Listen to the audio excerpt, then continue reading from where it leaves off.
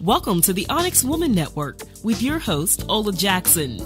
Today, Ola will be talking to award-winning journalist and life coach, Darieth Chisolm. She's the founder of 50 Shades of Silence, a global campaign against cyber harassment, cyberbullying, and revenge porn. I am Darieth Chisolm, and I was cyber stalked and cyber raped by my ex-boyfriend, who also threatened to kill me.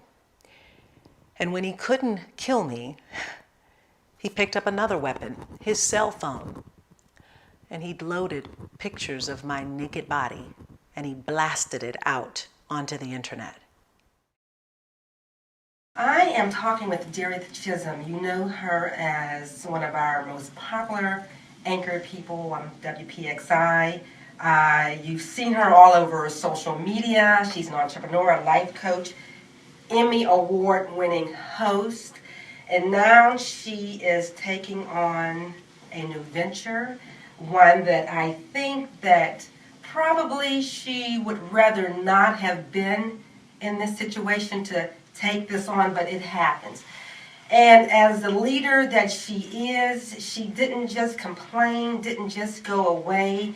As someone who is always for and about empowering women, she has taken it on as a mission, as a project. It is called 50 Shades of Silence. It's about an experience that most of us would dread. We could not imagine ourselves being in. Cyber bullying, cyber rape, cyber stalking. And without any further ado, Darieth, thank you. Thank you, Ola. And I am still shocked. Yeah, and sometimes I am still in shock, but I'm very aware, as you said, that this is a personal mission as much as it is a global movement, as I call it, because we're all on the internet. This impacts and affects all of us, and the alarming rate of cyberbully, cyber-stalked, revenge porn victims is climbing, and I just feel as though I've got to put a voice to this. So give us your voice and tell us what happened. On January 1st of this year, I received a phone call in the middle of the night from an ex-boyfriend who I'd broken up with several months prior, had not talked with him, and in that phone conversation he said to me, "I'm going to kill you. I'm going to stab you in your heart and shoot you in your head." And these were threats that he was making to me because I wouldn't return to the relationship that I'd left many months before that. And, to hear someone make a threat to take your life is one thing. But to hear that come from someone that you lived with, I lived with him in Jamaica for several months, was just so scary and alarming. But that's really where all of this began. Because he continued with threats and text messages and phone calls, and ultimately when I was rejecting those, one day I pick up the phone and there's a text message there with some harassing memes, and then shortly after that I got another series of text messages that included photos and videos of me naked that he had taken while I was asleep living with him. So leading up to this, was there any sign that something like this, that the person had a character that would even do anything near this? Yes, that's part of the reason why I left the relationship, was because I started to learn about some things, and then he was very controlling and really wanted me to return to the relationship. And so I would say those were some signs, but this, I would have never saw it coming. I didn't even know he'd taken the pictures. I had to literally look, and I'm like, is that me? And then as I looked, I'm like, that is me. I mean, and you can see I'm sleeping, but, and he'd taken them probably over a year ago, or a year prior to this, that he sent it. So it's to some degree, I don't know, it's premeditated. It is, I would say, probably the behavior of a sociopath and a narcissist, but it just left me spinning. I couldn't. It was very embarrassing and shameful and humiliating. Now, I have heard situations like this before, and I was always thinking, well, this person posed for the photos. And so to be honest, I would think, why would they pose for these photos? And so I would lose some sensitivity. Because I thought, the best way to not be in a situation like that is don't pose for the photos. But it was really upon hearing your story that my attitude had changed, finding out that you didn't pose for those photos. No, of course not, and I didn't even know they were taken. And they were taken in a relationship. That's like someone saying, I live with my boyfriend, my husband, and someone you trust, and they break your trust this way. Okay. I mean, for me, that is where, if you want to talk about the emotional side of that, it's like, how could you do something to me of this nature? That's why I liken it to rape. It is, or assault in some way.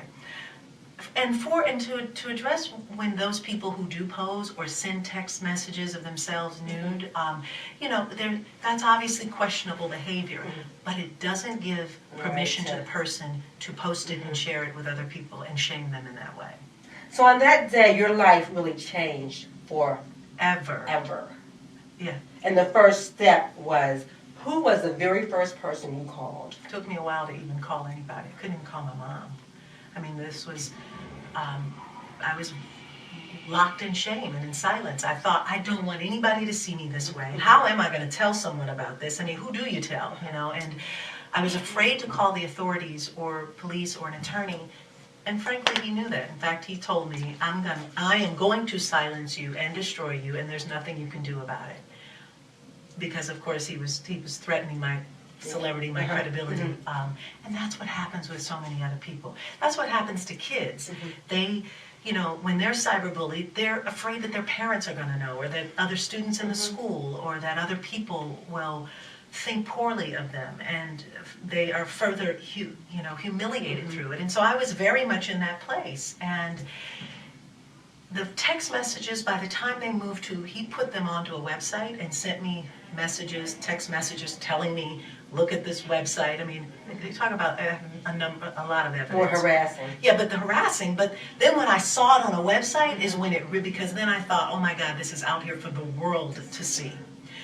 And at that point is when I knew I needed to do something, but I wasn't even sure who to turn to. And he took it one step further and he started calling business associates of mine. And at that point, and he called them and told them to go to the website.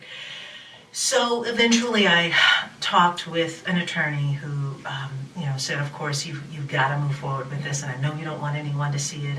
And those were very embarrassing times, because I thought, now they're seeing me in this way. And he said, but there's no way I can help you if we don't do that. And of course, this is now in civil and criminal proceedings. It's still going on. But the part that gave me the strength to begin to fight back and to start talking about it was one conversation that I had with a girlfriend who said to me, you have nothing to be ashamed of. And that sense of just releasing the shame is what made me feel a lot better about even the experience.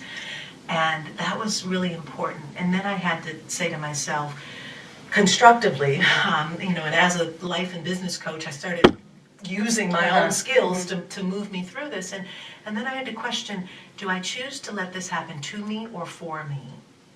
So how long did that take, though? It took a few months. It took a few months. So no one knew for a few months? Or you just took... So of course the authorities knew, and then I started telling a few friends, and then eventually my family members. But I kept it very, in a small circle to the degree that I could. And I, even going to court was very traumatic. Just being in court and having to face the situation in court. And in my case, I never even got a chance to present the material, which is part of the reason why when people go to court under these matters, they really do have to approach this in a certain manner. And seeking a protection from abuse order in certain states is the smartest thing to do. It can get you in front of a judge faster. But you've got to have, if that's the case, that protection from abuse order in a certain state has to have a statute of cyber stalking attached to it. But did this happen in Jamaica? So does that make it different from what you're reporting it here? And how was that one? It happened in Jamaica, but the issue is that I'm being cyber stalked here in the United States. And so based on the state law that I'm in, I was able to get a protection from abuse order. We're still in the process of moving that through, which is why it's really hard to talk about the court case, because it will ebb and flow even in the course of whenever you publish this. But the bigger issue is the lack of legislation and teeth in legislation to adequately protect victims and properly prosecute predators. Because even with that, in my case, I don't know that I'll ever have him prosecuted because he lives in another country. It's an international case. And yet the internet is international. Right. We can't be bound by our jurisdictions when we're talking about the internet. So that for me is where, if I talk about how I've turned the scale on this, just finding out the number of victims out there, looking at the fact that we don't have good legislation, and even in some 38 states that have it, it's not extremely enforceable. And yet this information gets out on the internet, and it can be so damaging, and people are committing suicide. Oh yes. So what was at the point that you got when you said, I'm going to take it to the next level with 50 Shades of Silence, that you were going to be an advocate? When was that moment? When I asked myself, who do I need to become to get through this? Literally, when I asked myself that, and when my son, in a conversation with him, and I had to share it with him, he said, Mom, I'm sorry you're going through this, but you are strong. You can do this. And at the time, I wasn't even sure what that was. But then he said to me, and he chose the wrong woman to mess with. And that, for me, made me start to say, and who do I need to become? And then I got resources. Use your voice, use your talent, use your time. If anybody has a voice to do this, I do, and to whatever degree that voice is the sounding call to help others, then I'm grateful that I could do that. If you were Jane Doe, your path would have been much different. I would say so. I'm not going to pretend that my years in television and the last 4 years of building a brand as a coach and a speaker does not give me some level of credibility. So because of that, then for me it's such a time as now. Now I want to expand more on what is 50 Shades of Silence, but personally, as you move on, how do you go into another relationship with an open heart, an open head, an open mind, an open spirit? It's a great... I mean, how do you... It's hard, I have to say. You clearly, trust is an issue. Oh, sure. So that alone is tough to do. I'll tell you the one thing I also chose not to do, and that was to close my heart and to say that because I did love someone once before and they would do this to me would not mean that I would close myself off from that, because then I'm ruining that for myself. So I've made that conscious choice, and that part has felt good. I will not allow that to be impact in that way. No, not at all. Yeah. So what is the everlasting effects of this for you, emotionally? Even though you've moved on in a sense, you're building things to help other people. But on a personal, emotional side, I don't. It's challenging. I know that because I'm a type A driven person, that it was for me very healthy to begin this for myself, giving me something good to focus on, to do something for other people. So a lot of my energy has been there. It's by virtue of choosing not to feel bad about it, but to feel empowered by it. So, there are probably some pieces emotionally that I'm sure that I may come need back to work up through. that you think that you resolve. Yeah. So 50 Shades of Silence, why the name, what's the purpose, how can it help people, how can people help you? Just give us the whole... So of course, even the use of the word silence, and that many victims really feel very silenced by this. And we're not just talking about cyber victims, but victims of rape and abuse and domestic violence. If you've ever been assaulted in any particular way, generally the first reaction is to be silent, right? Is to draw in and to not seek support out of fear of shame or guilt or humiliation or retaliation from the other person. And the use of the term 50 Shades of Silence is the shades, the layers of silence that each victim experiences throughout. But what I also want to talk about is the silence that happens when internet companies hide behind freedom of speech and don't take content down quickly, or other people see posts or see things and they don't act to get those things taken down, because you can report if there's nude images or something that's offensive and help someone out. The fact that we don't have strong enough teeth in legislation, that people don't speak about this. This is kind of a taboo subject. So that's the reason for the name 50 Shades of Silence.